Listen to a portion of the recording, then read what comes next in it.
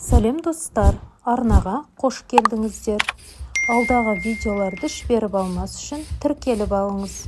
Бүгін үй жағдайында картофель пай әзірлейтін боламыз. Ол үшін алдымен картопты жақсылап аршып, тазалап аламыз. Одан соң осындай үккіштен өткізіп аламыз. Картоптың өлшемін өз қалауыңызбен ала бересіз. Дайын болған картоптарды салқын сумен 3-4 рет жуып аламыз, крахмалы кеткенше.